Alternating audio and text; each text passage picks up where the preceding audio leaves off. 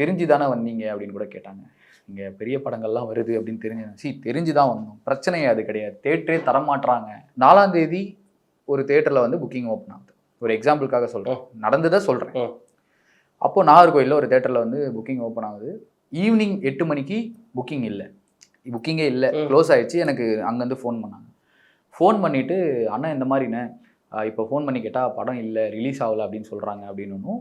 இப்போ எனக்கு டிஸ்ட்ரிபியூட்டர்ஸ் வந்து லிஸ்ட் அமைச்சிருப்பாங்கல்ல, இந்த தேட்டரில் ரிலீஸ் ஆகுது. அதில் வந்து இருக்குது, நாகர்கோயில் போட்டு இந்த தேட்டர் அப்படின்னு இருக்குது. நான் உடனே பிரதர் இந்த மாதிரி பிரதர் படம் இல்லைன்னு சொல்கிறாங்களாம், நீங்கள் என்னன்னு கொஞ்சம் பாருங்கன்னா, பிரதர் நம்ம பார்த்துருவோம், ஷார்ட் அவுட் பண்ணிடுவோம் அப்படிங்கிறாங்க.